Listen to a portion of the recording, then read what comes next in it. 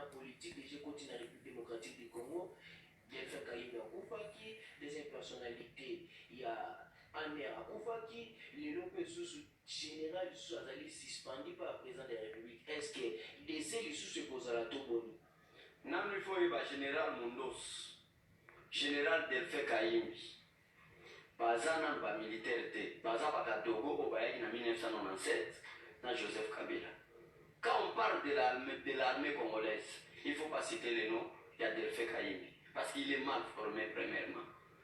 Quelle complicité Zalaki peuple congolais Bazolanda Biso, quelle complicité Zalaki entre Delphin Kayimbi, Mundos, Zoé Kabila et le directeur des services de contre-espionnage de l'Agence nationale de renseignement, Otokata Nomkuse Tobenga Aner. Complicité objectif n'a pas majeur, il y a les Zalaki comme maître président de la République à l'écoute. Alors, tant que Meki Bongo, Monique va pareil, et sécurité à président de la République, n'a pas fréquence au Balinga Bakota, Bazalaki n'a pas équipement pour les Kabango, va découvrir que Delphin Kayimbi a espionné le président de la République. Tant que Kayimbi à comprendre, parce que même dans l'histoire et avion au président, vous avez dit, je crois que c'est nous aussi de Kivu, Tono vous septendez Véwana, Ndenge Babataka Yango, Bakayimbi Wana, Bazana Kachi. Je donne le nom à que même avion on a quoi tout noir nango, président de la République à Nango, au Bapésaï. Mais du fait que moi qui a plongé dans le chaos, à garder la haute sagesse, pour nous avoir baissé le roi Salomon, à garder un mot. Mais pour le dossier à Kayimbi, Tosuki Wapi. Première enquête, et ça le mis vendredi où tu as le collègue cher congolais, l'enquête à Liboso, Babimisi, Babimiki, de fait Kayimbi, a Koufaï par Pandezo. C'est-à-dire Moutami, à Tchessinga, Djembiki, Nalinga Balubake, Ami Djembiki. Mais bah, enquête préliminaire, Etali espace et résidence ya Kayimbi. Etali Nani Azanakanaka Chandaku ya Kayimbi.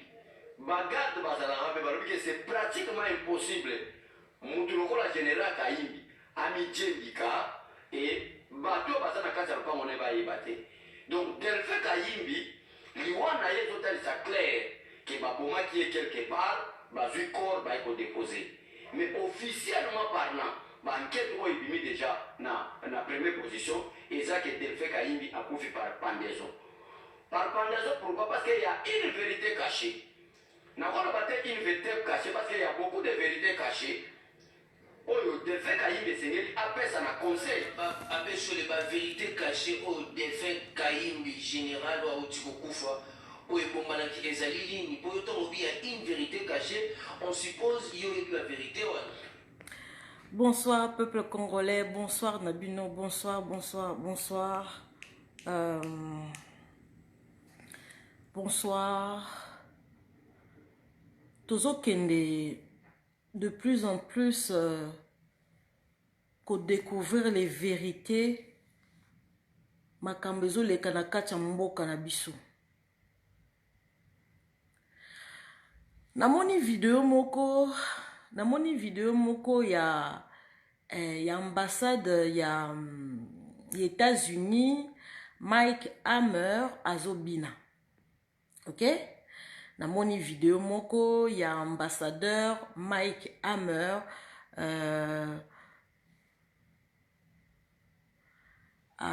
comment je peux dire Soki Yanya Miloko, je n'arrive pas à vous suivre. Ben, je ne sais pas, parce que tu n'es pas ami avec moi, c'est pour ça que tu n'arrives pas à me suivre. Et aussi, peut-être tu étais ami avec moi, je t'ai enlevé, parce que moi, sur mon mur, quand je poste une chose, il faut venir commenter. Quand on commente pas, eh ben, je t'enlève comme ami. Donc, je ne veux pas comment je peux dire, les amis furtifs et qui ne commentent jamais. Voilà. Donc, sur mon mur, quand je t'ai comme ami, il faut venir commenter. Ce qui y a Miloka. Donc, il faut commenter. Et comme tu n'es pas ami avec moi, donc tu ne peux pas commenter. Voilà. Mais pour l'instant, Je suis partie sur, je crois, Confidentiel, quelque chose comme ça.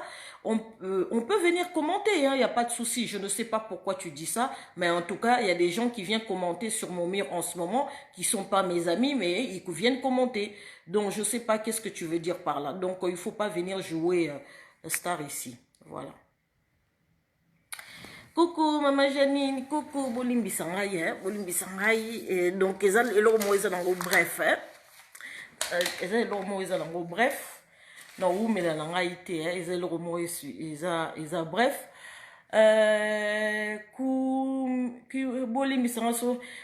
Kali, sujet Ezanini. Sujet Ezate en globalité, en fait, il faut que je parle d'un sujet, enfin 2 à 3 sujets, et ça très important, et ça les sujets oyo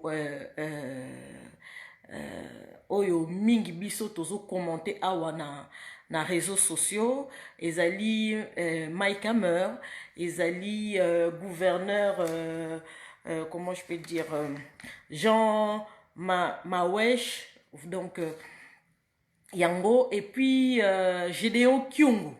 Voilà. Donc ce sujet-là, c'est très important. Je suis venue vous dire. Donc je vous dis bonsoir, bonsoir, bonsoir. Bozala nanga mukie, bozala nanga mukie, boyoka mukie sango na biso, boyoka mukie.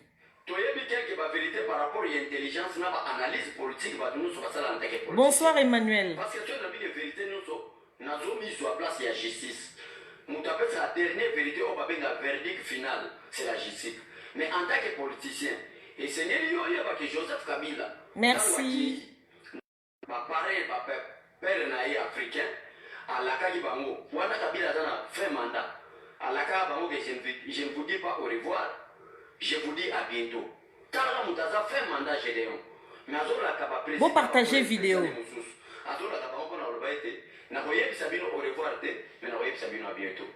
Alors, analyse en tant que politicien, peuple congolais à comprendre que Joseph Kabila Zagina, pour ça, il y a aussi un président de la République coup d'État. Bilonda, bonsoir, bonsoir.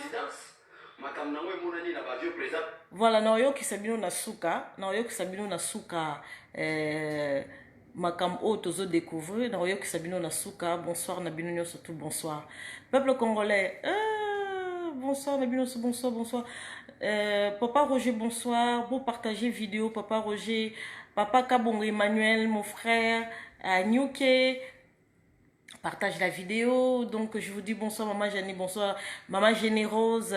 Maman Générose, tu es en Italie. C'est sans effet au nom puissant de Jésus. C'est sans effet. Coronavirus, et qu'au ya tamu qui était waouh, na moni vieux na ya na Suisse. Na mona ko benga ngalobi na WhatsApp, j'ai pas eu le temps. J'ai pas eu le temps, papa. To benga na tout à l'heure. Jenny, bonsoir.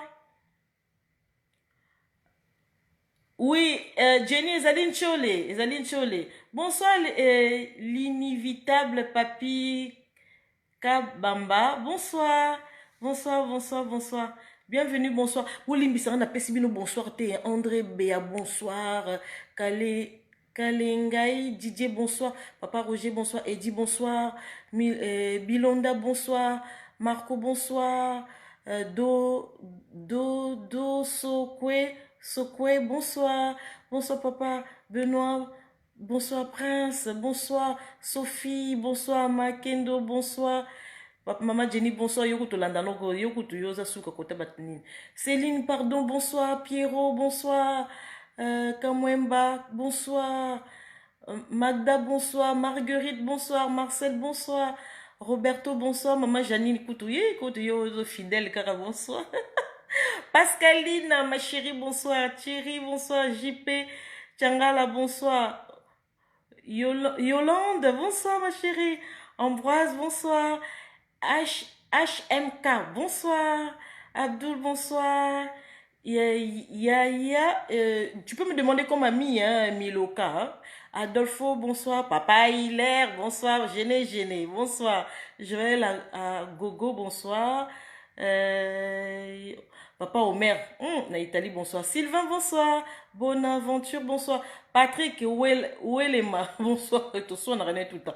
Fonseca, Kanga,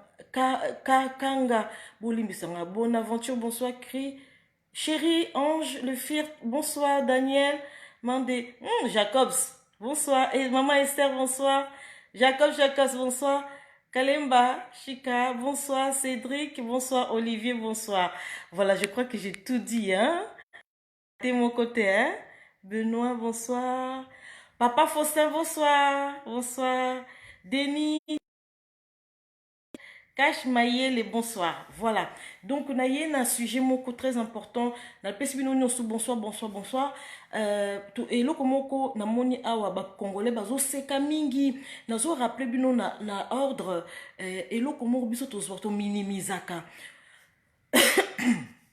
eloko biso to minimizaka mingi omoni biso bata diaspora so tozo minimiser makambo oyo tozo mona eza lokola donc ezo sala que omoni biso bata diaspora to influenceaka batu ya kin énormément. Je vais pas lelo vraiment na oumela te hein? Minute à maman Lisette biso to ezali combien de minutes déjà on est 11 minutes et ok donc on met la tête donc tu as 20 minutes 19 minutes donc biso il faut vraiment na obéir na obéir tac 30 minutes on est fait compter dans le bas camion so on a dans le ballon donc bon partager vidéo énormément bon biso bata diaspora to influenceur batakin so tozo minimiser makambo boyeba que bonsoir bonsoir Nabilo Sotou, bonsoir. Ceux qui, excusez-moi, Téné, oh lobby, bonsoir ma grande chérie. Je te rappelle quand on appelle chérie une personne, ça veut dire la personne est intime avec la personne. Donc je rappelle cette personne. Ceux qui t'aiment, ceux qui t'aiment, ceux qui t'aiment, je sais pas, quelque chose comme ça. Je te rappelle, c'est très difficile à parler et c'est très difficile à écrire. Quand on appelle une personne qu'on ne connaît pas, chérie, déjà, chérie est diminutif de ou cher. Donc quand on dit cher, ça veut dire on tient la personne intimement dans son cœur. Donc, premièrement, je ne te connais pas. De deux, je ne sais pas où tu habites, qui tu es, si tu es congolais, si tu n'es pas congolais, je ne sais pas. Ce n'est pas du fait que je suis partie sur ton mur, j'ai partagé des vidéos, que nous sommes devenus chers. Congolais, faut yebaka. Intimité eza moto a yebingai na kati. Et non, hey, éducation eza bien.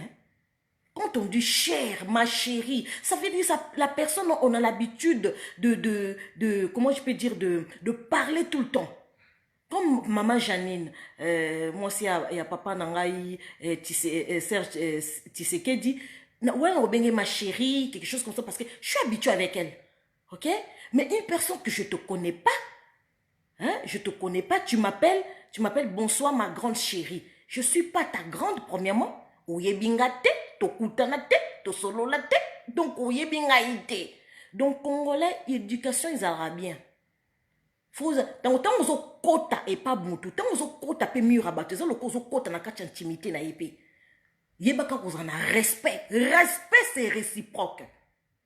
Faut boyeba. Donc il faut vous apprendre à rééduquer. Donc mentalité, il faut vous changer. Dans sa grande chérie na yote, na yebi yote. Parce que eza public. Donc, ngaïnde naza awa, na ebiote, na kutana na yote. Donc, il faut remettre les pendules à l'heure. Donc, mentalité, il faut tout changer. Now. Quand je vous rappelle, tous ceux qui na bande de l'école, qu'est-ce que ça veut dire ma chérie, mon chéri, mon cher, ma chère. Donc, des choses comme ça. On était quand même à l'école, non? Donc, quand on appelle une personne ma chérie, donc ça veut dire que c'est une personne qui est intime. Nga dans une intimité na yote, na ebi yote mon cher. Je te connais pas. D'accord? Je te réponds mon cher, je te connais pas. ok ceux qui teignaient ceux qui n'avaient pas tous congolais photo ocha photo na wote ocha soki nini bobomba na sima sur ba photo mais ngai naza moi si moko moi je na tchaka photo na ngai je m'assume mais par contre toi tu t'assumes pas tu viens m'appeler en public tu m'as dit ma chérie je te connais pas donc un peu de respect ok ça c'est mon live un peu de respect sinon je risquerai de te bloquer voilà donc il faut être bien éduqué comme ta mère t'a élevé moi ma mère m'a élevé je peux pas t'appeler chérie d'accord. L'éducation que ma mère m'a donnée, je dis que ma mère elle est la plus grande maman du monde. Parce qu'après ça, l'éducation, on a chérie. Voilà, dans tous les cas. Tous les qui. Voilà. Ce que je suis venue vous dire, ezali eloko moko biso tozo minimiser mingi. Bonsoir na bino, so na tanga na komba kombo na binote. Na tanga na kombo na bino na suka bo limbisanga. Donc fallait que je remette les pendules à l'heure à certains Congolais qui sont venus en Europe ou baza en dehors d'Europe ou baza kutu mais même na mboka na biso ben bazoye ba qu'est-ce que ça veut dire tes chéri cher et tout donc ba mélange kanyo surtout ba kasi basinyo surtout baza ka ndenge moko et donc soko benginga chéri donc nandimi non maman Lisette azali la vieille école ngana lingaka ko respect faut ezala motos ndeto boko tous batata na biso ba mama na biso ezate na za na kati Europe ko nazo manquer de respect. Jamais. Respect zala. C'est ça qui est le... C'est mon respect wanako. Yaroba mindele ba bange la biso. Voilà. Donc, je voulais dire par là... Non, qu'on bloquer, ça sert à rien.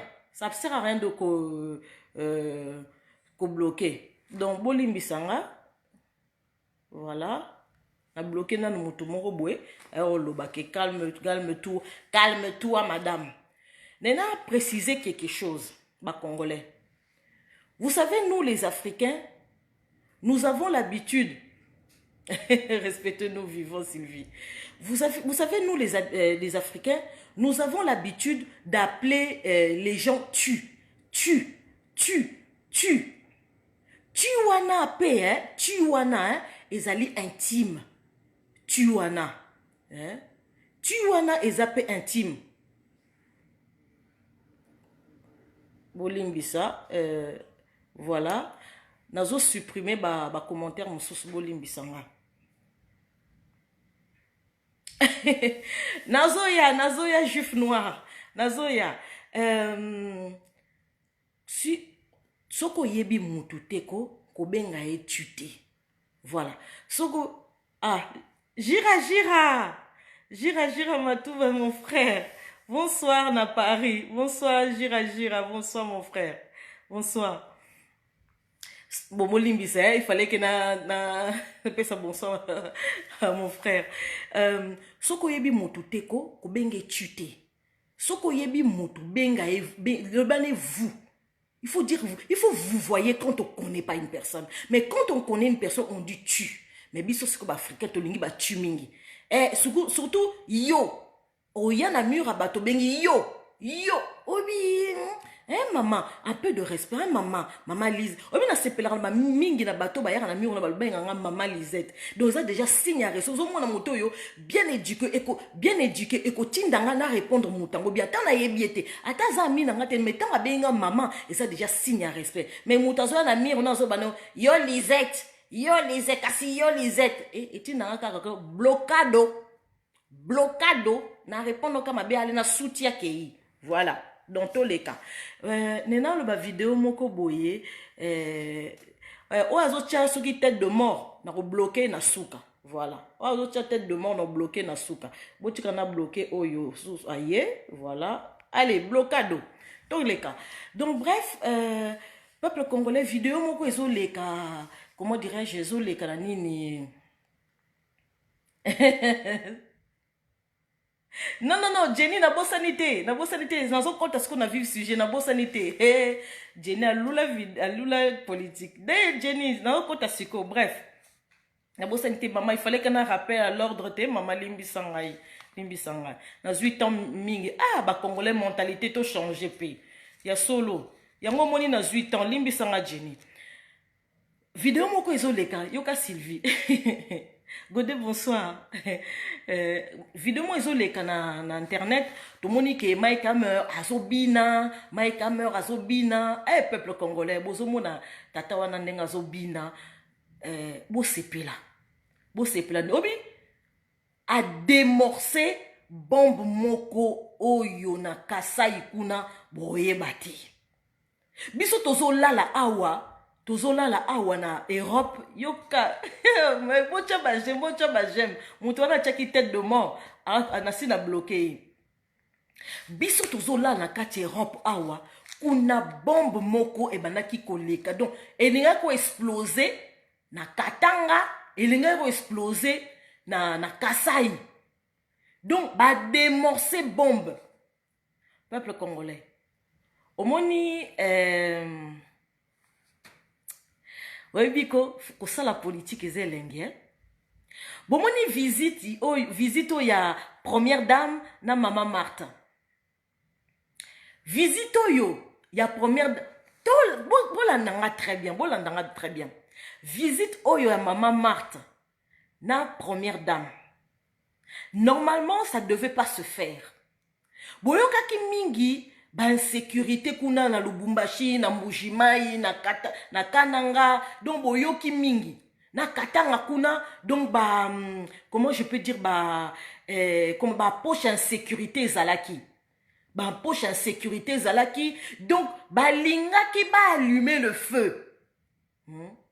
Na otanga kombo na bino sima, bozo kota otanga kombo na bino sima. Bolingi sanga, botika na évoluer côté analyse na opesa bino mboto tout à l'heure quand j'aurai fini.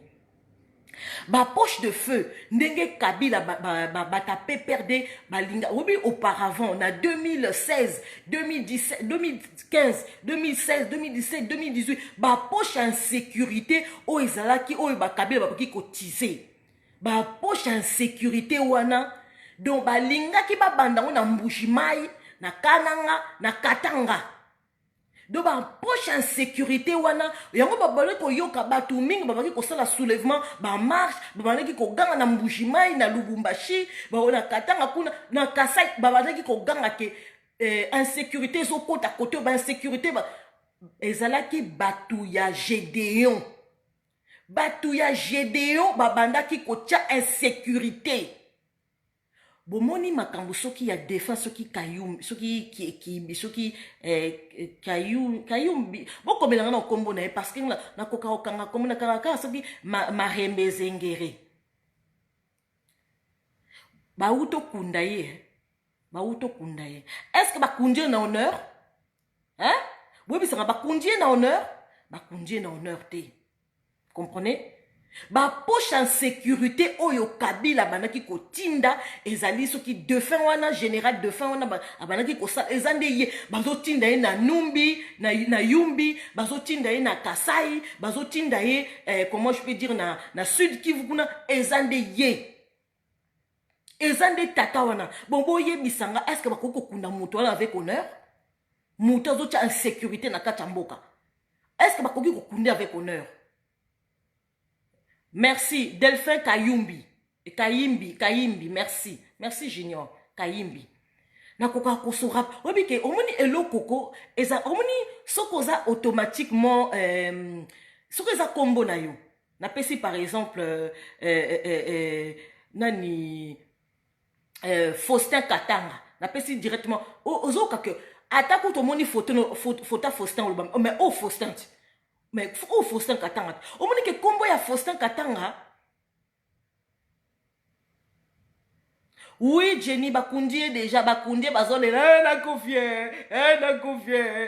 koufi. Vidéo Jenny kita na mur na ngai ko, kita na mur na nga o mona on a publié que na mur na nga. Micheline, ah, vous êtes là. Kiningo laksani na. Oui, baza nazoya. Omoni, tango bakangi, comment je peux dire, ce qui défend Kayimbi. Merci encore, Junior. Merci. Donc bakangi, ba moni effectivement que sécurité zate balinge ba allumer le feu kuna na Kasai, na Katanga, na Mbujimai, na Lubumbashi. Donc banda batinda Gédéon Kingu abanda ko allumer le feu, atinda batu na yeba banda ko allumer le feu. Ba ko programmer bolandanga bien. Tala elenga politique ko ezanga kombo. Ba ko programmer que Maman Marthe na première dame basa la visite officielle. Basa la visite officielle ba poni journée de la femme. Ba poni exprès journée de la femme que la première dame et puis lokola Maman Marthe ayebi endroit on a bien balbi Maman Marthe accompagné la première dame. Obi kutu et ko sala kitoko parce que batu bayebi Maman Marthe la première combattante na biso. Ba bengango couverture. Ba bengango couverture. C'est une couverture.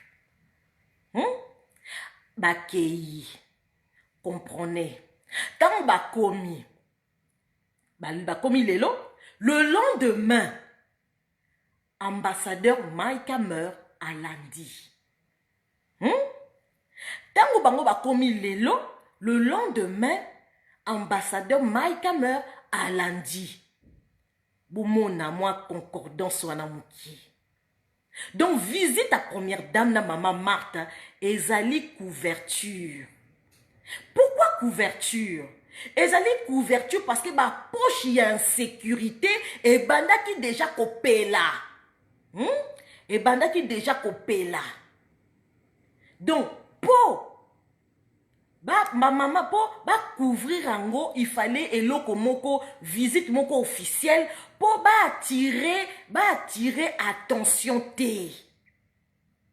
Parce que ce qui va attirer attention, ta FCC koye ke kuna ke donc armée et ke kuna pour monique poche y a sécurité bandi ko s'allumer batu wana o balinga ba banda memba kima batu wana balinga ki ba banda o banda en sécurité poche en sécurité on a balinga ki ba prendre la tangente balinga ba kima. Donc visite ya Maman Marthe na visite ya première dame ezaki couverture pour bango ba opérer na sima. Officiellement, il y a comme que ça limité. Nasima, soki bo yebi, batu ba kiti, ba sécuriser, kuna, ezali kambo sakana ote. John Numbi, azana batu na ye na kacha armée kuna. John Numbi. Azana Batounaye, à tout moment, il peut allumer le feu. Il y a obi Batoumsou batikali na kacha armée bazaka fidèle na Kabila. Foboyeba. Mais si koyo pour na kolongo la bango, il faut le komoko officiellement et salama. Ce qui Maïka meurt, azo se déplacer. Ti akende kuna na Mbushimai. Donc il y a quelque chose. Comment la première dame et la Maman Marthe ke kuna ye kolanda na sima. Comprenez qui pourra. Donc non seulement que Maïka meurt, Akutanina gouverneur ya Kasai oriental Jean Mawesh basololi. Yo ozomona insécurité na kati ya province na yo ozo sali lo côté. Yo ndenge ozomona que peuple yo se plaindre ozo sali lo côté. Oza kotika. Bazo se plaindre mingi. C'est pour ça que je vous dis ezali eloko moko qui bien préparé bien avant. Donc visite ya Maman Marthe, la visite à première dame Ezali et Lokomoko, c'est déjà préparé. Je refuse pas. Mais na simawana tant Maïka meurt à lundi le lendemain, personne n'a le dit oh non, il y a quelque chose qui va pas. Mais il fallait couverture pour Mike Hammer avoir accès pour akoma kuna na Mbushimai. Fallait eloko moko est passé. Eloko moko est passé. Donc première dame na maman Marthe, il fallait ba koma kuna pour Mike Hammer akende komona gouverneur ya Kasai oriental. Donc Kyungu, Gédéon Kyungu, Yemu Tabaki, donc ba personne qui est déjà mibeko, allume déjà le feu de insécurité, bana déjà kokota. Bata John Numbi, bazalaki, bazakuna, basi ba, donc nous bake aux arrêts. Kabila likambu muke, soka moni azo kokaku tute, abandi ko allumer ba feu côté mususu. Soka kokite, abandi ko allumer ba feu côté mususu. Donc Congo n'a ne koti na sécurité te. Congo n'a ne koti na sécurité te. Bino bozo senga. Oh social, oh social, oh social. Mais maïbisa bino, sécurité et kokota, social et kokota ndengeni, ce qui sécurité zate. Ce qui sécurité zate, moyen tozo social et zate. Tozo kende na Kabila, malem, contre le mur. C'est pas du jour au lendemain que tu reçois Kabila, tu longo lié. Non, Kabila, basi ba PC déjà mi beko, ko simba politique ya présent Félix Tshisekedi te, ezayum to girarate. Toi tu es sénateur à vie, point barre. Mais Kabila, il est passé au-delà. Kabila, il a passé outre. Kabila a poussé Mémé dans les orties. Je répète, Kabila a poussé Mémé dans les orties. Kabila a poussé Mémé dans les orties. Ça veut dire quoi, Mémé dans les orties? Ça veut dire, pousser Mémé dans les orties, ça veut dire qu'il a passé outre. Ozo espionné président de la République. Ozo tchaye sur écoute. Donc, pour vous dire que, tango bazo lobake, cabinet ya président Ezaki sur écoute, ce n'est pas pour rien. Boya kopé sa IDPS tort pour rien. Kamere a Tchaki, j'ai donné lobo sur écoute. Bon, mon imouta président Obakanga qui est j'ai donné lobo. Kamere a Tchaki est sur écoute. Ndenge nini, soki général, soki nani, comment nani défunt, soki Kaimbi, ndenge nini ba retrouver numéro ya Kamere na kati ya téléphone na ye. Boye bisanga nani.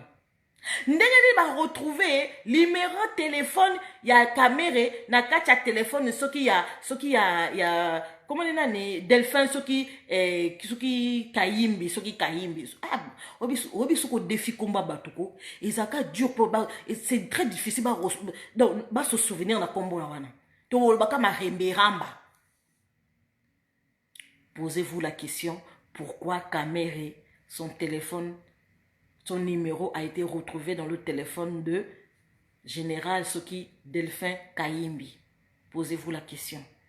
Les enquêtes sont en cours, même s'il a été pendu à l'extérieur, même s'il a été pendu à l'extérieur, tué à l'extérieur et venir mettre son corps chez lui et qu'on a dit à sa femme de ne pas parler. Si elle parle, elle aussi, elle va y passer. Et posez-vous la question, l'assistance de monsieur Kayoum et de Kayoumbi, ce qui Kaimbi, c'est difficile, hein? Kaimbi, pourquoi elle a disparu? Pourquoi elle a disparu? Elle est introuvable. Pourquoi? Voilà. Donc, les Congolais, oyo bino bozo minimiser Mike Hammer, bozo mituna. Pourquoi? À quel Lubumbashi? À quel salanini? Talaye kuna munene. Ça ceci cela. Ah, pona nini? Azobina boye. Tozo monendenga azobina bina. Ah, tina te. Oebike et pas ba mindel ezali détente. Ce qui m'a réussi mission naye à qu'on se détendre. Mais bino siko yo bino ba noir boyebi ko se détendre te. Détendre ya noir ezali akene ko kota bar, akene ko finga batu, akota Facebook abla ko so ba vidéo n'importe quoi. Non, détente à mondeli akobina na ye, asekini na bat sekina ye. Bozo mona zolia, c'est tout à fait normal. Azo goûter ba culbi, azo goûter ba cuisine na biso, il apprécie. Azo kino ko benga batu na ye boya kolia culture congolaise, boya kolia comment je peux dire cuisine congolaise eza kitoko. Mundele aza lokola biso te. Biso kotokoka kolia biloko amendele nyonso tout est kokoka ka frite te. A frite na steak c'est tout, mais biloko musu tokoka te, mais yazo goûter nyonso. Boebi ndenge to chaka piment, boebi ndenge to chaka l'huile de palme, boebi mindele balingara l'huile de palme te, mais ye azo goûter nyonso. C'est ça Mundele. Mundele il a la donc il se stresse pas. À se stressakate, il est détendu. Mundele alinga ayeba culture ya monde entier. Mais biso sikoto koka koyeba ba culture ba tumususu te. Nous sommes coincés. Nous sommes un peuple coincé. Donc des gens qui ont vu la vidéo de Mike Hammer, qui ont dit, ah mais lui là, il est... Mais c'est pas n'importe qui. Vous êtes en train de blaguer, c'est pas n'importe qui. Bozo minimiser. Donc bozo minimiser Mundele wana ndenge bozo minimiser président de la République. Or que Mundele wana bozo minimiser, azo respecter président Nabiso Kolekabino. Pour ayebi musala au président Tshisekedi azo sala. Bino par contre ba congolais bozo minimiser président na bino mais yazo minimiser te na rotangela bino sikoyo parcours ya Mike Hammer boko mwa moto boko fungola monoko. C'est un polyvalent hein?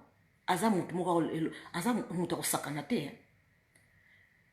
Mike Hammer bolimbi sangai Mike Hammer a occupé poste de vice-chancelière de la faculté des affaires de sécurité internationale. Je recommence. Mike Hammer a occupé poste de vice-chancelière de la faculté des affaires de sécurité internationale. Il est membre de carrière de la classe principale de ministre conseiller conseil du service diplomatique, assistant spécial du président, directeur principal de la presse et des communications et porte-parole du Conseil de sécurité nationale en janvier 2009 à 2011. Porte-parole adjoint au Conseil de sécurité nationale en 1999 à 2000. Voilà. Directeur des affaires Andine. Andine ezali directeur des affaires Andine. Andine ezali un petit pays d'Amérique du Sud. Hein, Andine ezali petit pays d'Amérique du Sud. C'est en 2000. En 2000, il a eu cette poste-là en 2000 et en 2001. Voilà. Après encore, Boka parcours nae, secrétaire d'État adjoint aux affaires publiques en mois de mars 2012, en août 2013. Ambassadeur de Chili en 2014 et 2016. Azakipé ambassade en Bolivie, Norvège, Islande, Danemark. Ok? Il a également obtenu une maîtrise à la faculté Fletcher et de la diplomatie. Il a grandi en Amérique latine, Honduras, Salvador, Colombia, Venezuela, Brésil. Il y a encore... Voilà. Donc, Azalaki directeur, Azalaki directeur de communication. Directeur de presse de communication. Loko la loi quoi Bwangawana. Donc, dites-moi bien, dites-moi tant bozolo nani mafa alobio nani boy à présent Félix Tshisekedi. Mais c'est un communicateur. C'est un communicateur. Tant azo présenter bino biloko azolia wana, azo communiquer. Hein? Parce que ma photo o yazo zwana, ezo kende ti pa na bango. Ezo kende ti na gouvernement na bango. Aza communicateur. Azo communiquer. Ntango azo kita na avion, azo kuta na gouverneur ya comment je peux dire ya Kasaï oriental. Ils ont communication. Ils ont communiqué. Hein? Tant azo kuta na première dame akangi ne photo, c'est une communication. Azo lata même pagne, moutami qui tala azana ba diplôme, mais ami qui ici a lati même pagne que la première dame. Et ça communication. C'est ça quand on appelle une personne, quand on va jouer bien servi Azali assistant spécial spécial du président, directeur principal de la presse et de la communication et de porte-parole du conseiller de sécurité nationale. Mais Ezali Kamboko Sakanangote. Ezali Kamboko Sakanangote. Biso tozo minimiser. Yango nazolo bake Lwakwa Bwanga BBC, directeur de la presse présidentielle. Mais ngai soki naza place à Lwakwa Bwanga, mais na kolenge la place wana. Ezali Kamboko Sakanango tango kete. Mundele aza Mike Hammer aza polyvalent. Quand on dit polyvalent, il touche à tout. Et non seulement que c'est quelqu'un qui a fait le service secret.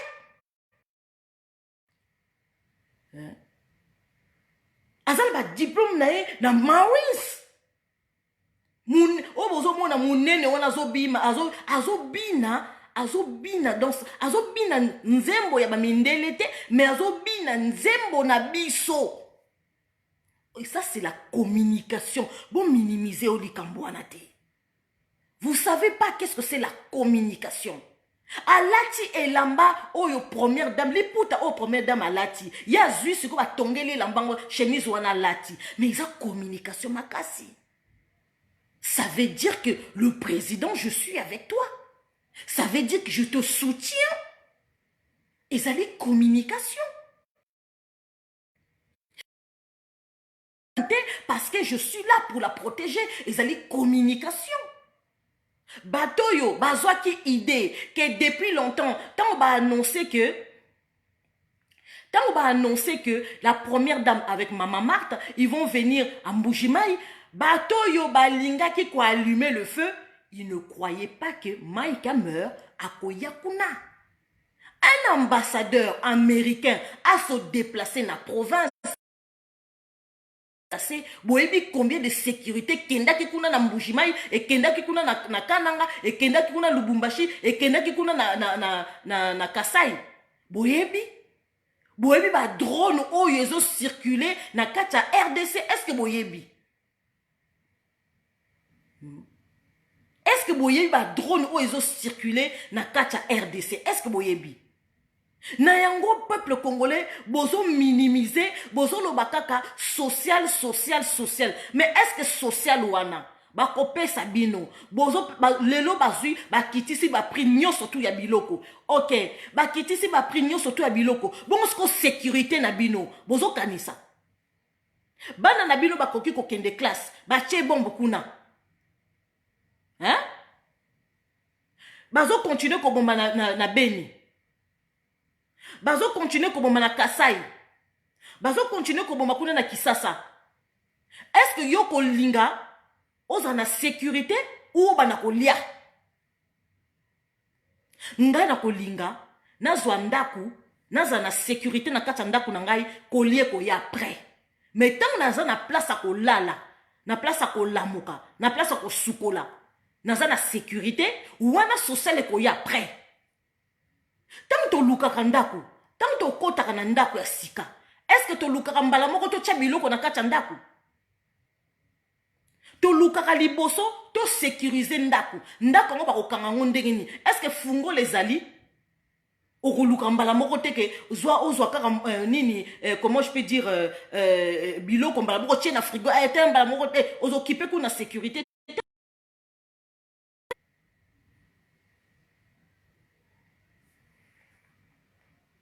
Bolimbisanga, voilà. Nazo bloqué quand on bloqué. Bolimbisa. Toko linga liboso sécurité ezala olé social. Kabila sali na biso 18 ans. Social nini ya kotisi na kacha Congo. Et là, on est Kabila Sali. Le président Félix Tshisekedi, à Koti, à battre campagne électorale. Et c'est pour la première fois, tout le monde a un président à battre campagne nationale. À réussir. Vous voyez combien de gens s'épélité? Bakana qui est babomaye na 2019. Annonce qui coûte na ba grand prêtre. Annonce qui a kokufa. Mafa coûte il faisait partie. Batunyo so balobi qui a dépassé mois de mars té a kokufa. Menzamba lobi au nom de Jésus. Azamwa na nga leki mois de mars. Aleki juin, juillet, août, septembre, octobre, novembre, décembre. Toye li sous na mois de mars. Un an après, Azakaka vivant. Qui moté mama beto tika. L'économie nationale. Banani ba simbi économie nationale. Ezali ba Libanais, ezali famille Kabila. Les lobos ont accusé le président Félix Tshisekedi. Bobanaki ko lelate, bobanaki ko compter bibembete chaque jour. Boye bisanga. Bato baso kufa chaque jour wana. Eza faute ya président Félix Tshisekedi. Eza boye bisanga. Eza banzala kalate. Do banzala kala wana ya 18 ans boye ko boa kelango lelo président Félix Tshisekedi. Moutazo essayé à arranger social.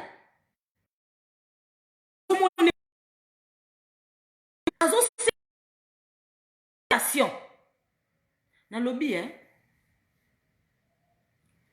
Entre Bapesa yo na koluka musala. Et là on est eleki. Olingi Bapesa yo, Bapesi yo mbongo. Na ba lukelo musala ozwa musala. Et là on est eleki. Te, to kende pai to zonge pai. Ou na pesa yo mbongo, na pesi yo $1000, hein? Na pesi yo $1000.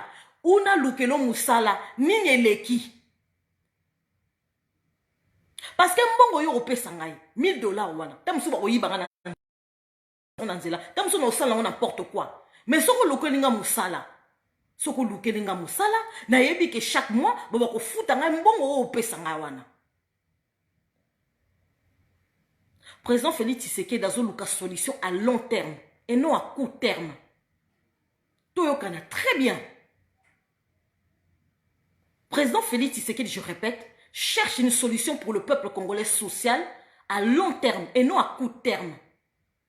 Bato ba simi économie nationale ya biso ya Congo et ça ba Libanais na famille Kabila. Mais ba oyo ba simbi économie nationale et internationale dans le monde entier, c'est les Juifs.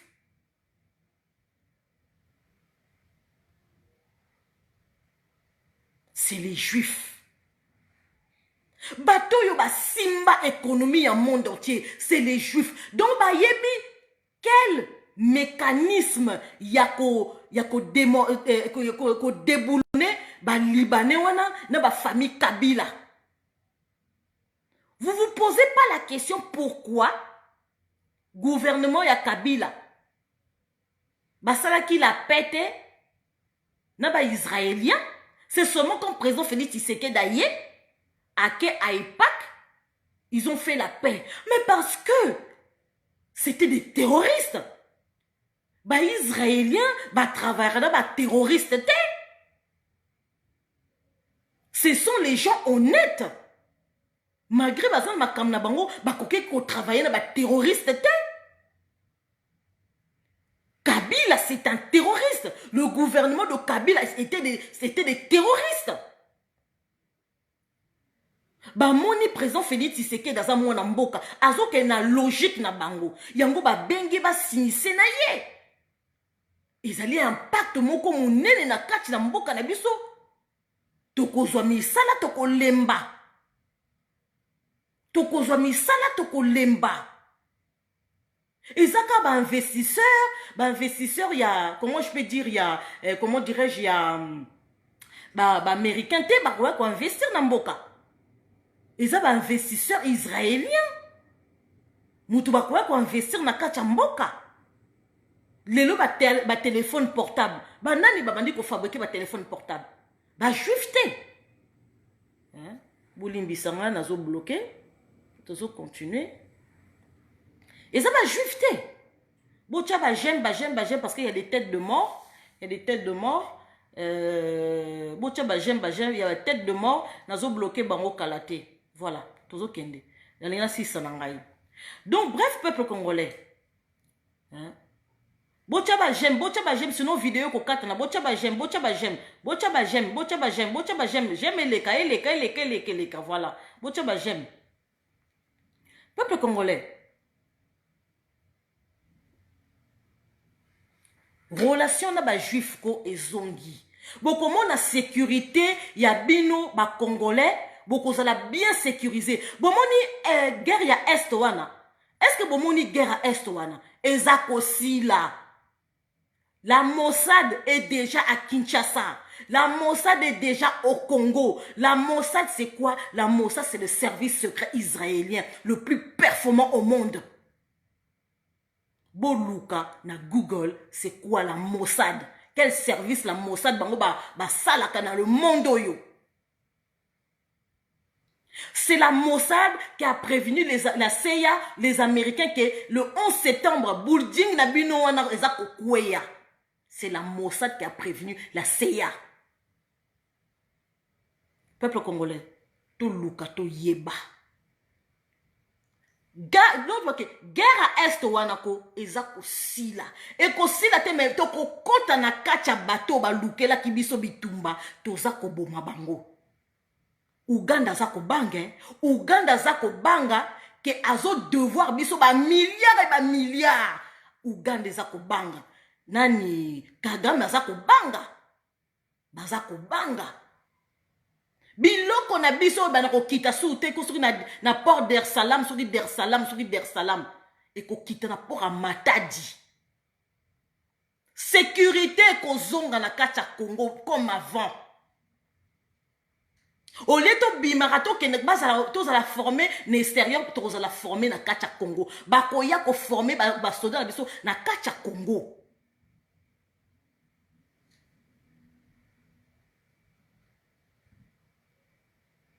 Et ça les kambor sakanangote bakebisi gouverneur Jean Mawej à faire gaffe, qu'il fasse bien son travail, parce que bah, on risque balongolaye. Voilà. Donc Tolingi sous-souté, comment dirais-je, Moïse, tu peux me passer ton téléphone, je vais bloquer la personne qui met tête de mort. Merci. Donc bref, peuple congolais et là qu'on a kina bisabino yangwana bozongo en considération Gédéon Kyungu baza donc dengazana aza déjà, comment je peux dire, batie déjà la main dessus, donc et là comment ko eko salamate Bolimbi Sangai, ah pardon, Bolimbi Sanga, voilà, c'est bien. Voilà, donc là on est na Sabino Yangwana, et puis Tolanda et Loko Moko est très important après Tokata, ok? Boyoka. Que Joseph Kabila Kanaka Bomaï. Heureusement pour nous, peuple congolais, Félix Tshisekedi est la voix de Dieu. On se pas ma commune dans un besoin de Moutou à sa voix de Dieu. À ta beauté, les poissons pour faire pourquoi? Parce que nous avons besoin de pour battre le peuple. Alors, le coup d'état est raté. Maintenant, il y a une place, Moutou, il y a un objectif. Coûte que coûte, il y a pour éliminer le président Félix Tshisekedi, c'était des faits caïns. Et Joseph Kabila, quelle stratégie à Salaki à travers des faits caïns? Comment ça n'a été Gédéon?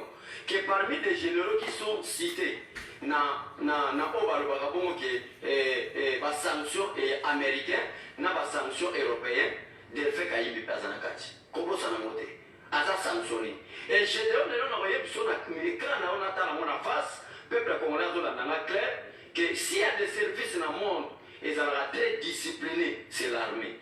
Dès que on a un régime bazo sanctionner ba officiers généraux, c'est-à-dire ngo bezalaki na kao. Alors mission so ba pesa ki le quoi de l'outil éliminer Félix Tshisekedi.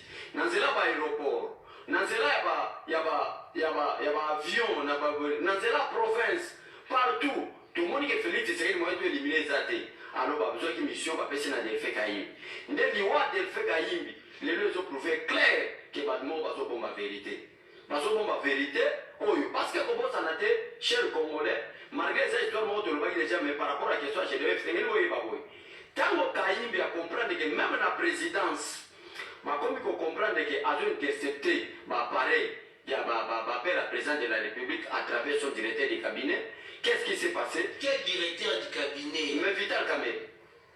Voulez-vous dire que non, Vital Kamerhe n'est pas un complice là-bas? Pareil, Oyo, général Delphin Kayimbi a sommé qu'on a espionné bien Koyoka, ma conversation au président de la République. Ça, parce que tout ça dans la coalition, les deux cadres, les deux hauts cadres, il y a parti.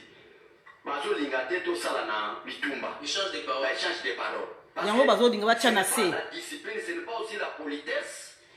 Elle est dans la même famille politique, mais mais ici, je ne parle pas en tant qu'IDPS, mais je parle en tant que citoyen congolais. On a contacté na urne, na suivi, on a appelé président Félix Tshisekedi, pour comme président de la République Lélo. En tant que citoyen congolais, on a supervisé l'élection. Il y a président Félix Tshisekedi n'a dit, c'était moi. On a fait ça par résultat dans le Baboy. En tant que citoyen congolais, Vital Kamerhe est exceptionnel. Je te dis la vérité.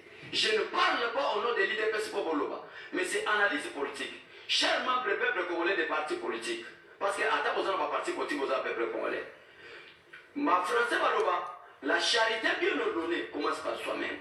Et l'ini Koloba te gagnant de Konabino Tanguna Koloba, Nazo le Kanazo Baboy, à ta besoin de Nakacha Mouyibi Bobateranga. C'est que tout le monde a avancé. Tout le monde a place, tout le monde a fait. Attends, tout le monde a parti politique. Tout le monde a fait. Tout le monde a fait. Alingi comme on a monté. En tout cas, il faut dénoncer pour tout ce que vous avez fait. Et ce qui est fait à Yimbi, à Zalaki, vous avez pas couloir. Il y a un moyen va intercepter le président de la République dans la communication, dans la militaire, dans le front, pour aller dans le Congo. En tout cas, moi, je parle de gestion de ces caméras. Parce que le numéro qui a été d'abord intercepté, c'était le numéro de son directeur du cabinet Vital Kamerhe. Par quel moyen? Comment? Je ne sais pas. Mais Vital Kamerhe a travaillé déjà dans le pouvoir, ancien régime, où il y a un Kabila. Cela n'empêche pas Azan un numéro de téléphone, il y a Delphin Kayimbi. Est-ce que sur un numéro de Delphin Kayimbi, cela veut dire que non, Azan est préparé au coup mort contre le président de la République? Je dis oui. Pourquoi je dis oui? Parce qu'il y a un Bisoboy. Notre grand frère, notre papa Vital Kamerhe, a travaillé dans le régime Kabila. Dans le moment où Etienne Tshisekedi, il faut qu'on se dise la vérité en face. Dans le moment où Etienne Tshisekedi wa Mulumba, Azobinga Bopoza Nyonso, Boya to Sangana, Kamerhe a répondu à Etienne Tshisekedi, Nako Sangana nayo jamais. Vital Kamerhe, il y a des images, Nako Lukelao Tchamope en appui, la vidéo là. Il y a des images. Aboya Vital Kamerhe aboya kosanganana Etienne Tshisekedi wa Mulumba. Ça c'est un. Tant on va comprendre que l'association n'a pas moins Tshisekedi azo panza yango, parce que c'est une association de malfaiteurs qui a peur de wana. Va comprendre que Etienne Tshisekedi azo panza yango. Va ma intelligence na bango bazaki que du fait que Etienne Tshisekedi a 3 ans il y a sous convalescence na Belgique qui a besoin de sous-sauter. Pendant 3 ans on a qu'est-ce qui s'est passé? Bangonde bato ya Kabila basali nini basali ke batotinda Kamerhe en opposition. Mais yoka question Etienne Tshisekedi a posé Kamerhe. Yo lelo lingo ya opposant croyant que oya kozwa poste nanga place nanga pona batakabila bandi ba eteke Tshisekedi wa Mulumba ko bika pona bango zaika ko kufa parce que tant que Tshisekedi dans la Belgique sangwaliwa Tshisekedi avant ko sangwe dans la vraie et il y a plus de 3 fois a kufi mais a profité bato bazako véhicule mona banani bamarika sanda bato ya PPRD bamakolo kotambola bapapi tamba bakovéhicule mpona oyo akuti okufa rtnc na bozoba na ye ushima bango nde baza kovéhicule message ke Tshisekedi akufi. Maintenant Kamerhe na buna eke ntango Tshisekedi azokufa mpo Kamerhe à l'époque aza kose compare na Jean-Pierre Bemba ere Jean-Pierre Bemba mpe ake prison soki otuni bato Kamerhe aza kolobake maintenant l'opposition c'est moi place ozomona guerre na bango ebanda na Martin Fayulu. Maintenant ntango bayaki ke Tshisekedi abiki aye Kamerhe alingaki de kosangana na Tshisekedi avec quel objectif connuire Tshisekedi à Koufa. Maintenant la question Tshisekedi a posé la question. Cher Kamerhe, tu as écrit un livre, pourquoi tu as choisi Kabila? Nakata livre au Vital Kamerhe pourquoi j'ai choisi Kabila. Alors que Kabila est de nationalité congolaise. Mais il y a un expert américain, alors que je connais les parents de Joseph Kabila, Kabila n'est pas congolais. Expert américain. Ma bémisse n'a pas photo pas publié. Mais quand même, comment livre, quand il y a peuple congolais, que peuple congolais, Nebino Bozali Boye, n'a choisi Kabila pour Kabila za congolais d'origine. Ou à Vital Kamé. N'a livré comment pourquoi j'ai choisi Kabila. Abenga Kabila, meilleur gestionnaire, n'a pas présence sur la DECA. En dehors de Kabila, ça c'est le livre que Vital Kamere a écrit. Abenga en dehors, il y a, on a toujours Vital Kamere. Alors, juste qu'en dehors, il y a Joseph Kabila. Ils ont un politicien congolais qui a géré Congo Malam plus que Joseph Kabila. Mais maintenant, j'essaierai de poser une question. Vous avez choisi Joseph Kabila. Mais pourquoi les autres, vous ne voulez pas écrire un livre et à Mouto Salé n'a pas publié Belé? Pourquoi tu as eu Kabila? Ni à mon nom Kamere. À Tigara, on n'a jamais n'est pas Tshisekedi au Moulou. Si on prend la caméra pour que Félix Tshisekedi a pour le rôle de Tibala. Pour la caméra pour que Félix Tshisekedi a pour le rôle de Sami Badibanga. Or, Félix Tshisekedi a sa sagesse au cadre de l'IDPS. Tibala Tigara au cadre de l'IDPS. Secrétaire général adjoint par erreur. Mais ça, au cadre de ça, poste-moi où ça va jeter. Et ça, pour ça, va jeter. Et ça va qui par erreur. En quoi on a fait cette erreur. C'est Tibala lui-même. Après, si tu as nommé qui était. Non, Moutanoma qui a été. Tshisekedi a tiré au salaire hérité. Tu vas l'appeler ça apparence, tu vas l'appeler ça, et ça va dire que mon calme, doux, calme, sérieux, intelligent, mais même pas faux diplôme, qui a un docteur en droit. Tu vas là. Tu sais, j'ai besoin de l'intelligence congolaise. Allez, va, tu vas là. Tant après quelques mois, tu peux comprendre que tu vas là, tu docteur même en droit. Oui, que tu vas là, tu as comme premier ministre. Mon île, il y a François Ogage, et ça, le la langue internationale, il va défendre partout, pour que tu vas là, là-bas. Tant que vous comprenez que c'est un incompétent, à cause de la membre de la IDPS, on lui a chassé. Incompétent, on peut travailler dans le pouvoir de cohabitation, il y a un travail qui est bien. En tant que vous avez le pouvoir de coalition, c'est comme vous avez bloqué. Si vous travaillez dans le gouvernement de cohabitation, mais vous avez bien. Mais vous travaillez dans la coalition, vous avez bien. Vous avez Martin Fayoulou a déclaré à l'objet était un gouvernement de voleurs, un gouvernement de corruptibles, où vous avez souffrir. Vous partagez même ma vie, vrai ou faux? Faux. Pour Tibala, Kolanda, Makamana, il y a Vénavision Martin Fayoulou, c'est un incompétent de naissance. Quelqu'un qui n'est pas constant. Martin Fayoulou, il n'a jamais constant. C'est ça, il y a constance. La constance veut dire oh yo lingi yango no tio changer et l'homme reste toujours constant. Tant que Moutazo le makamulelo lobby a changé, c'est-à-dire abongi à sa politique. Na tala nani muta combattre le président Félix Tshisekedi la vérité des urnes. Et s'il était à Hollande président de la République des États-Unis, après les lois comme c'est lui qui est le chef de l'État, c'est le président Félix Tshisekedi. Ça c'est manque à constance au Martin Fayoulou. Et il ne peut pas parler de voler tant que lui-même c'est un grand voleur. Un grand voleur lui-même. Qui? Un grand voleur? Madidi Fayoulou. Aïbani nous en va près. Abimi Santé qui mouta comme gouverneur à la place Saddam Bombole pour $1000. Mais on a choisi, ils ont dit que choix au nom de la République démocratique du Congo. Je vais passer à l'amour avec conscience et cœur. Pourquoi tu as une élection? Pour tout ça, la choix malade. Mais pourquoi vous avez ça gouverneur? Pour dans la loi André Kimbuta. La ville à Kinshasa tire le bisou qui est tuberculose. Pour ils ont eu la salité. Oh, moi, je ne sais pas le mot exact. Parce qu'il y a un peu de ça qui gouverneur à l'époque. Mais les Kinshasa, ça fait mal à paix. Pour $1000, il va pas Martin Fayoulou. Dans la montagne, j'ai hôtel, ceux qui a 4 chambres, 5 chambres. Na bombe. Aza incapable de foutre la taxe à l'État. Si on soit comme chef gouverneur et en plus président de la République, oui, va m'en gagner. Donc, laissez ma Kamounaï, c'est un fait incompétent. Aux Hollandais. La cohabitation. Premier foyer de personnes pour féliciter la gestion de l'État. Mais si on a vu cohabitation, tant le chef de l'État, Koti, gouvernement, va créer gouvernement, et gouvernement en place, c'est qui est voilà. Donc vous étiez obligé à travailler dans la cohabitation, vous travaillez qui même en tout cas qui bien. Cohabitation ou coalition, c'est l'un des principes constitutionnels. Et ça va basé dans le texte. Et ça, le texte, mon côté biso, nati balatosina, pour ministre biso na FCC, tout ça, le texte, c'est ici biso au nom de la coalition. Il y a accord. Il y a accord. Accord caché. Accord caché, ça. accord est ouvert, partage des ministres, point très. Protéger Joseph Kabila, conformément au statut régissant la protection de tous les anciens présidents, qui a été voté à l'Assemblée nationale par Martin Fayou et Adolphe Muzito. Statut. Et le peuple congolais n'a eu caméraman Nabiso, merci, pas comme si Nabiso Toko Manasuka, mais n'a pas eu son général. Félix Tshisekedi a tiré jamais pour protéger Joseph Kabila. Mais Joseph Kabila n'a pas maillé les mouquets à Zalaranango. À mon qui a fait mandat, à bénéficier des députés, bénéficier loi protégeant tous les anciens présidents de la République. Pas protégeant un président de la République, mais tous les anciens présidents de la République en vie. Maintenant, Ezalaki adopté na kati ya Assemblée nationale. Yemoko en tant que président de la République à promulguer. Ça c'est l'article 18, ça c'est l'article 3, ça c'est l'article 7. Il y a statut protégeant tous les anciens présidents de la République. Où ils ont garanti une grande protection de Joseph Kabila. Ce n'est pas Félix Tshisekedi. Maintenant, les comédies Martin Fayou Azobagi Félix Tshisekedi Azana Kabila. Mais loi on a les l'Assemblée nationale, il faut Azo Yibambo Azolia, mon député. Donc peuple congolais qu'on a eu Sabinoni, mais surtout ça la politique, il y a comédie. Si vous avez besoin de la comédie, vous le avez en théâtre.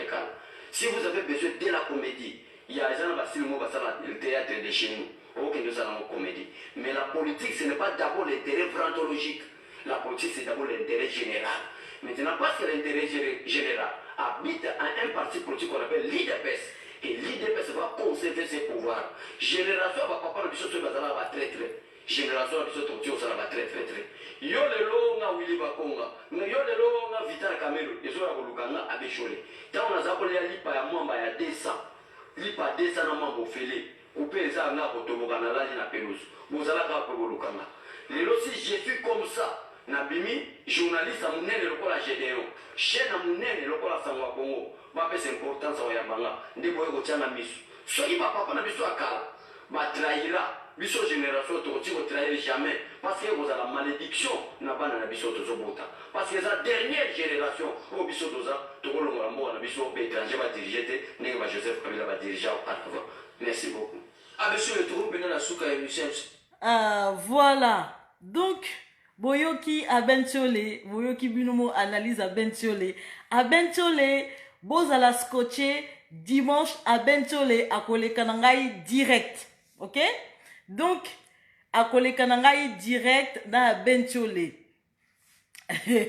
À Kolekanangai direct samedi. Donc, dès Azananga déjà, Nazaka déjà, Tosololaka tous les jours, Tosololaka tous les jours na Abentiole.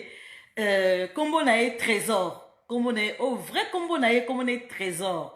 Donc to solo lara tous les jours dans Bentole, to koleka émission samedi ça va inda peuple congolais, na on se préparer, demain c'est le travail, demain c'est le boulot. Boyo qui moi serait il y a analyse na ye yango na senga kibino bo posenga ba question oyo boko poser na Bentole o to kotangela ye maman antel a lobby boy maman antel a lobby na yebisa kibino bo posenga ba question oyo na ngana ko poser et pas Bentole ngana za ba question te bino to poser ba question bo komelanga inbox antel a commis comme ça ngana ko poser à Bentole ba question. Ok, donc sur ce, nalingana tangela bino makambo oyo passé na Mbushimai, na Lubumbashi, na Kasai, na Kananga, na Katanga.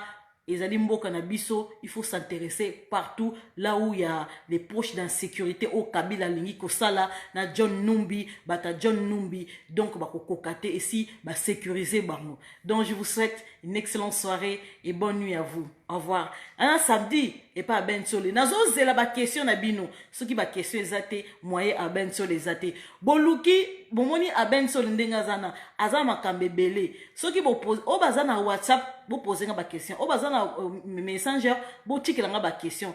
En Bentole azo le kananga. Depuis ça qui bino mois de mars ça va inda. Boko tout nangai soki bako dissoudre assemblée ou pas. Boko poser ma question et pas à Bentole. Boko poser ma question soki remaniement et kosala. Boko poser ma question. Donc bo poser ngai.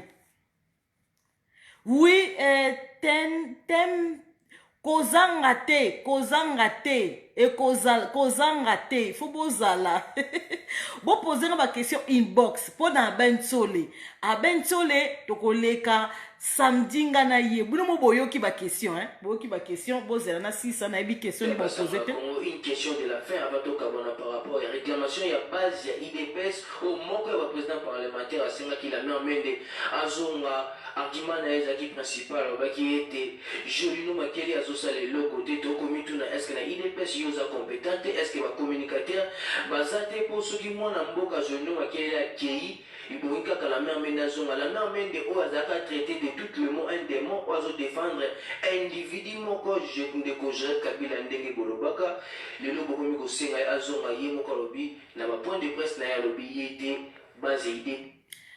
Limbisanga nazo répondre na ce qui José Soki Kadisha Floribert. S'il vous plaît, je vous demande de ne plus parler de Général Soki Numbi. Il est mort, c'est fini. Il y a Général Numbi qui est mort ici. Kaimbi, oh, Général Numbi. Monsieur, de quel droit tu viens dans live nanga? Na loba kombo na ete yende nani ba millions de Congolais oya bomi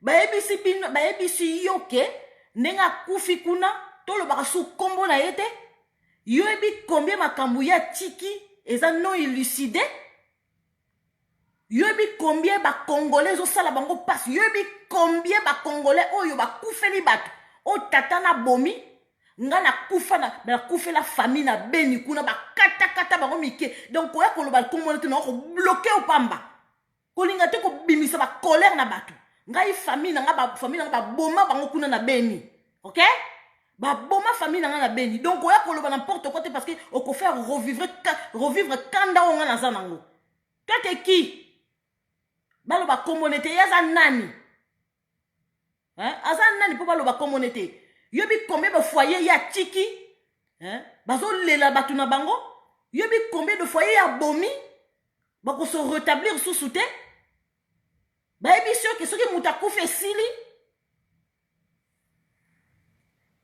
bolimbi sanga na bata boyeko tika kaka bon peuple congolais nako Steve tant on a rokata kako on a bloqué bateau kaka nakina ko tanga ba commentaire nyoso na bloqué ba misus ne t'inquiète pas bobo sanate s'il vous plaît boya ko poser nga ba question sinon arolekate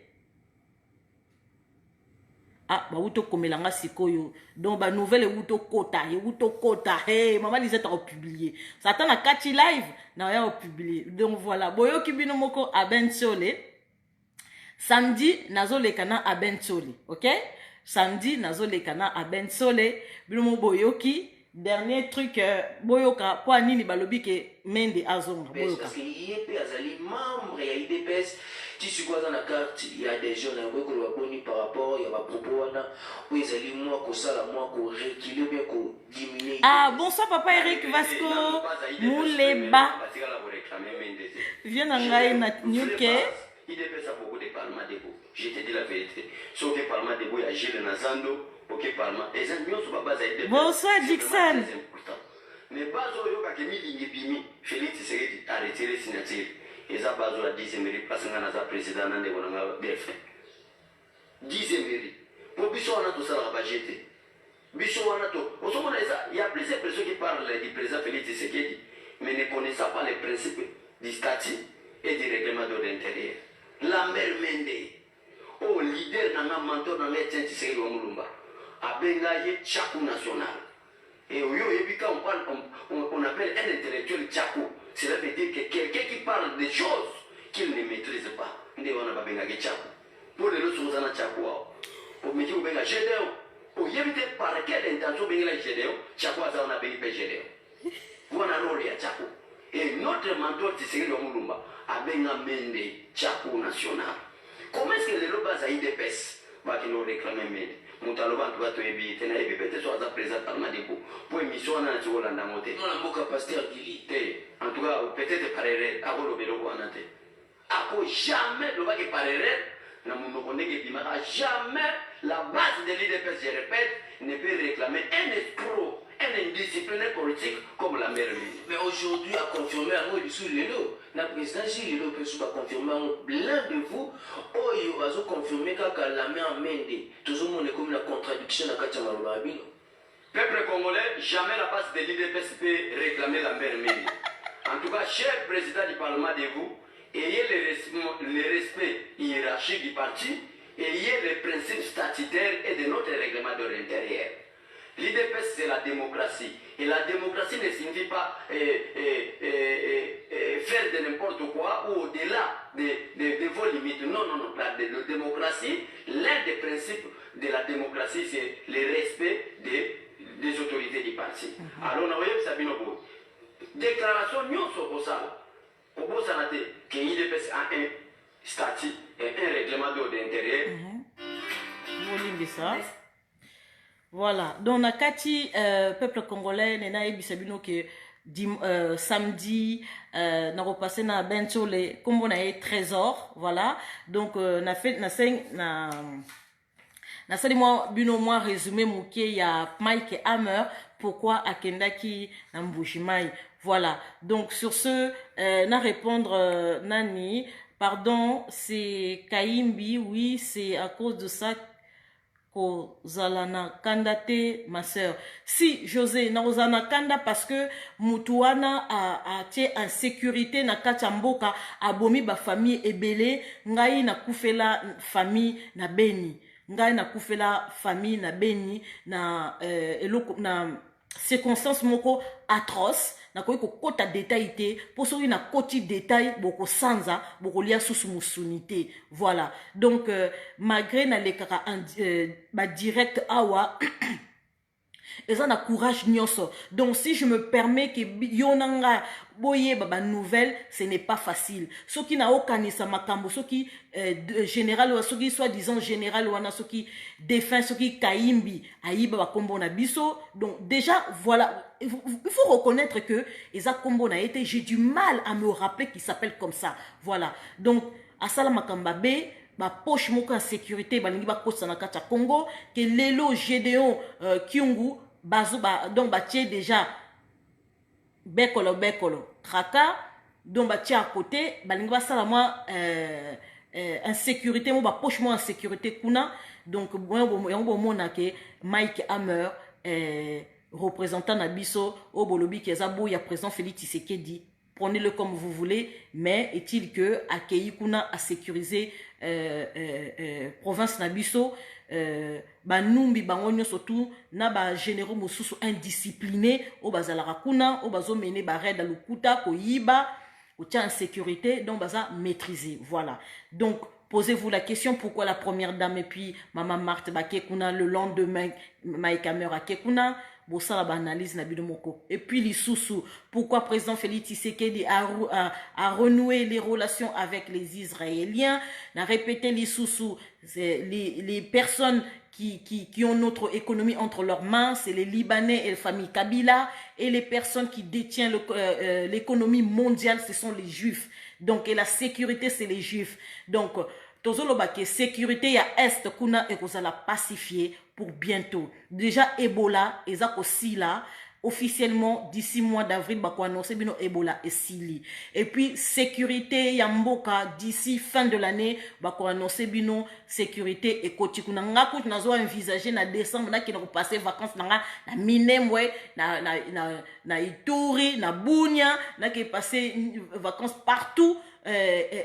Comment je peux dire na mboka na biso ezate ke na zui voiture na ke Monaco na ke Nice na ke soki wapi na ke ki wapi mais na préfère na ke Bandundu Mindemwe na ke de côté kuna Sud Kivu kuna na ke soutenir ba frères nanga et sœurs nanga au ba vivre les moments durs pendant 18 ans. Voilà, sur ce na pesibino rendez-vous samedi avec Abentole bon manquer ba question ya ko poser ngate parce que ça va inda samedi. Sur ce, demain c'est le travail. Bonsoir.